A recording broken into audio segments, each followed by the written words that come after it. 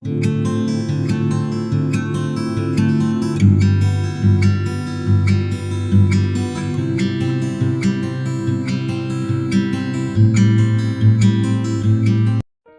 मसीही भाई बहनों को यीशु के नाम में शालोम, प्रेज द लॉर्ड, जय मसीह की। यीशु द सेवियर मिनिस्ट्री और मैं प्रभु यीशु मसीह में आपका भाई जेम्स आप सभी का इस बाइबल अध्ययन कार्यक्रम में एक बार फिर से बहुत बहुत स्वागत और परमेश्वर का धन्यवाद करते हैं। मेरे प्यारे भाई बहनों, हम अध्ययन कर रहे हैं भजन संहिता की पुस्तक का और एक छोटी सी प्रार्थना के साथ आज के अध्ययन को हम शुरू करेंगे। हालेलुया, धन्यवाद पिता परमेश्वर, धन्यवाद करते हैं आपके अद्भुत रीति वाले प्रेम के लिए जो आपने अपने इकलौते पुत्र को देकर हम सभी पर प्रकट किया। धन्यवाद करते महान पिता परमेश्वर आपके अनुग्रह, आपके महान प्रेम, आपकी तमाम स्वर्गीय आशीषों के लिए। धन्यवाद करते हैं पिता इस बाइबल स्टडी प्रोग्राम के लिए जिससे हम आत्मिक रूप से आशीषित हो रहे हैं और आपके वचन को सीख पा रहे हैं और आपके ग्रहण योग्य बनने पा रहे हैं। पिता परमेश्वर होने दे पिता, आज के अध्ययन में पवित्र आत्मा हमारी अगुवाई, सहायता और मदद करे, सत्य वचनों को ठीक रीति से सिखाए ताकि हम आपके ग्रहण योग्य बनने पाएं और आपके राज्य के लिए इस्तेमाल हो सके। पिता परमेश्वर होने दे पिता परमेश्वर, सारी व्यवस्थाओं को, वचन को समझने और समझाए जाने को, हर एक बात को पिता हम आपके धर्ममय दाहिने हाथ में सौंपते हैं। आप हमारी मदद और अगुवाई कीजिए। सारा आदर देते हैं, सारी महिमा देते हैं और इस प्रार्थना को यीशु के सामर्थ्य और पवित्र नाम में मांगते हैं, आमीन। मेरे प्यारे भाई बहनों, परसों हमने भजन संहिता का एक कंप्लीट परिचय लिया था। हमने जाना था कि भजन संहिता की जो पुस्तक है वो क्या है और उसमें जो भजन हैं उनकी क्या क्या श्रेणीज हैं, क्या क्या उनकी कैटेगरीज हैं। और आज समय है कि हम पहला अध्याय पहले वचन से आगे का अध्ययन करें। मेरे प्यारे भाई बहनों, जब हम पहले अध्याय को पढ़ते हैं तो इसमें 6 वचन हैं और जैसा कि मैंने आपको कैटेगरीज बताई थी, श्रेणीज बताई थी, तो वहां पर हम देखते हैं ये जो पहला अध्याय है ये बुद्धि और ज्ञान के भजन की श्रेणी में आता है। यानी कि यहाँ पर जो ये भजन है ये परमेश्वर को महिमा देने वाला नहीं है या फिर हम कहें उससे प्रार्थना करने वाला नहीं है। ये भजन एक दूसरे को बुद्धि और ज्ञान से समझाने के लिए, एक दूसरे को उसमें बताने के लिए कि एक धर्मी जन को और एक धर्मी जन को कैसा होना चाहिए। तो यहाँ पर हम उसी प्रकार से पढ़ते हैं। यहाँ पहले वचन से लिखा है, क्या ही धन्य है वे पुरुष जो दुष्टों की युक्ति पर नहीं चलता और न पापियों के मार्ग में खड़ा होता और न ठट्टा करने वालों की मंडली में बैठता, परंतु वह तो यहोवा की व्यवस्था से प्रसन्न रहता और उसकी व्यवस्था पर दिन रात ध्यान करता है। वह उस वृक्ष के समान है जो बहती नालियों के किनारे लगाया गया है और अपनी ऋतु में फलता है और जिसके पत्ते कभी मुरझाते नहीं, इसलिए जो कुछ वह पुरुष करे वह सफल होता है। तो मेरे प्यारे भाई बहनों, यहाँ पर हम एक धर्मी और एक दुष्ट मनुष्य दोनों के विषय में यहाँ पर पढ़ते हैं कि धर्मी मनुष्य कैसा होता है और धर्मी मनुष्य जब अपने धार्मिक कार्यों को करता है या परमेश्वर के ग्रहण योग्य कार्यों को करता है तब वो इस धरती पर अपना जीवन कैसा बिताता है। और तीसरा हम यहाँ देखते हैं कि धर्मी जन का जो मुकदमा होगा या हम कहेंगे न्याय होगा वो कैसा होगा। तो यहाँ 3 बातों में जो फोकस किया गया है कि मनुष्य कैसा होगा, मनुष्य जैसा होगा वैसा ही उसको इस धरती पर भी और अनंत जीवन में या कहें न्याय की प्रक्रिया में वैसा ही फल मिलेगा। तो यहाँ पर जो पहले वचन में लिखा है कि पुरुष जो दुष्टों की युक्ति पर नहीं चलता और न पापियों के मार्ग में खड़ा होता है। तो मेरे प्यारे भाई बहनों, यहाँ पर हर एक मनुष्य के लिए जो परमेश्वर का भय मानता है या परमेश्वर के रास्ते पर चलने वाला होता है, यहाँ लिखा है कि वो दुष्टों की युक्ति पर नहीं चलता। तो दुष्टों की युक्ति क्या होती है मेरे प्यारे भाई बहनों? दुष्ट किसे कहा गया है? नए नियम में हम देखते हैं कि प्रभु यीशु मसीह ने शैतान को, इब्लीस को दुष्ट कहा है। तो यहाँ लिखा है दुष्टों की युक्ति पर नहीं चलता। तो इस धरती पर, इस दुनिया में हमेशा से मनुष्य जो है उस दुष्ट की युक्तियों को अपनाकर उन युक्तियों पर चलता है। बहुत सारी ऐसी चीजें हैं जो शैतान ने इस धरती पर जाल भरमा करके बहुत सारी वस्तुओं को, बहुत सारी चीजों को मनुष्यों को दे दिया है और मनुष्य उन्हीं युक्तियों पर चलता है जो शैतान की युक्तियां हैं। और शैतान की स्ट्रेटजीज क्या हैं, शैतान की स्ट्रेटजीज और शैतान की युक्तियां क्या हैं, उसकी प्लानिंग्स मनुष्यों के लिए क्या है कि सबसे पहले तो वो मनुष्य के अंदर गर्व को उत्पन्न करता है और उसके अंदर एक ऐसा घमंड ले आता है कि उसे अपने ऊपर काफी बहुत घमंड होने लगता है, चाहे वो किसी भी बात का घमंड क्यों ना हो। हम जानते हैं ये शैतान की सबसे बड़ी युक्ति है। दूसरी युक्ति यह है कि वो मनुष्य को आलसी बनाता है, मनुष्य को आलसी बनाता है। मेरे प्यारे भाई बहनों, जब हम पुराना इतिहास मनुष्यों को देखते हैं तो इतने सारे इन्वेंशन, इतने सारे आविष्कार मनुष्यों ने नहीं किए थे। और ये भी हम जानते हैं कि मनुष्यों ने केवल पिछले 150 से 200 साल से ज़्यादा इन्वेंशन किए हैं, और ऐसे इन्वेंशन किए हैं जिसमें हम आलसी होते जा रहे हैं और हम इन चीज़ों के गुलाम होते जा रहे हैं। मेरे प्यारे भाई बहनों, परिकल्पना कीजिए, आप इमेजिन करिए कि अगर 200 साल पहले अगर हम चले जाएं, आज का कोई भी मनुष्य जो आधुनिक युग में रहता है, अगर टाइम मशीन के द्वारा अगर उससे 200, 250, 300 साल पहले भेज ही दिया जाए कि तुम्हें वहां रहना है, तो आप कल्पना कर सकते हैं कि उसका जीवन उसके लिए कितना कठिन हो जाएगा। क्योंकि जितनी चीज़ें आज इस आधुनिक युग में हमारे पास हैं उस वक्त नहीं होंगी, क्योंकि उसकी वो आवश्यकताएं बन चुकी होंगी। और यही होता है कि इस धरती पर भी हम इन्हीं वस्तुओं के पीछे कमाने में, इन्हीं वस्तुओं को संजोने में, इन्हीं वस्तुओं को इकट्ठा करने में अपने पूरे जीवन को व्यतीत कर देते हैं।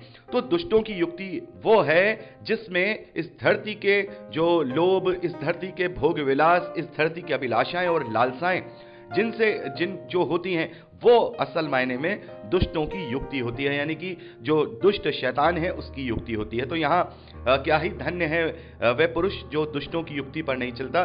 तो क्या ही धन्य है वह पुरुष जो इस धरती की जो अभिलाषाएं हैं, इस धरती की जो लालसाएं हैं और इस धरती की जो बातें हैं उन पर नहीं चलता। क्योंकि हम देखते हैं कि जो मसीही विश्वासी हैं वो अब आत्मिक जीवन जीते हैं, ना कि वो दुनियावी जीवन जीते हैं, और ये संसार की जो बातें हैं उनसे कट जाती हैं और संसार उनका बैरी हो जाता है। तो यहाँ धन्य है वो पुरुष जो दुष्टों की युक्ति पर नहीं चलता और ना पापियों के मार्ग में खड़ा होता है। पापियों के मार्ग में खड़े होने का मतलब बहुत सारे जो लोग हैं, प्रचारक या बहुत सारे भाई ये भी समझ सकते हैं, बहनें ये भी समझ सकती हैं कि हमें पापियों के बीच में नहीं रहना है। तो मेरे प्यारे भाई बहनों, अगर ऐसा होता तो प्रभु यीशु मसीह कभी पापियों के बीच में उठता बैठता नहीं और ना ही उनके साथ खाता पीता।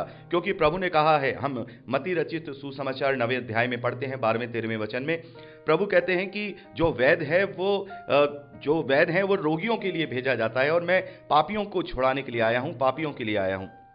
तो यहाँ पर पापियों के मार्ग में खड़ा होने का मतलब ये नहीं है कि हम किसी पापी से ना मिलें या किसी से मिलना जुलना छोड़ दें या किसी से नहीं, बल्कि हमें तो उनको सुसमाचार का प्रचार करके उन्हें बचाना है, उस पाप से उनके जीवन को दूर, उस पाप को उनके जीवन से दूर करना है।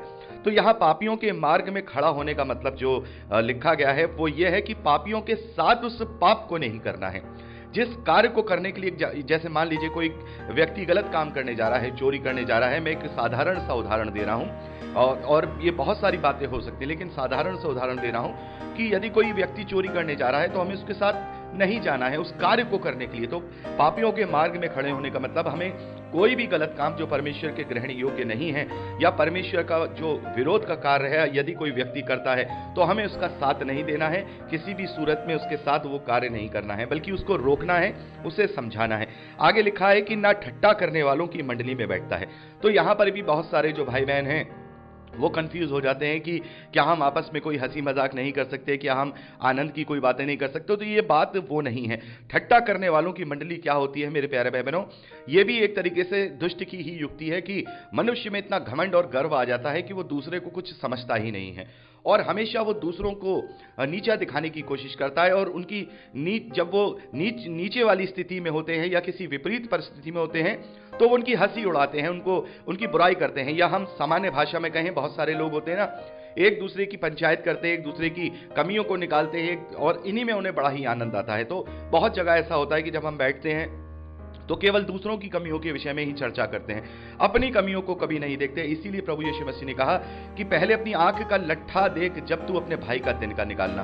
तुम अपने भाई का तिनका तो देखते हो, उसके आंख में जो तिनका है वो देख रहे हो, लेकिन अपने आंख में पड़ा हुआ लट्ठा, बड़ा वाला पेड़ का लट्ठा जो तुम्हारी आंख में पड़ा है वो तुम्हें दिखाई नहीं देता।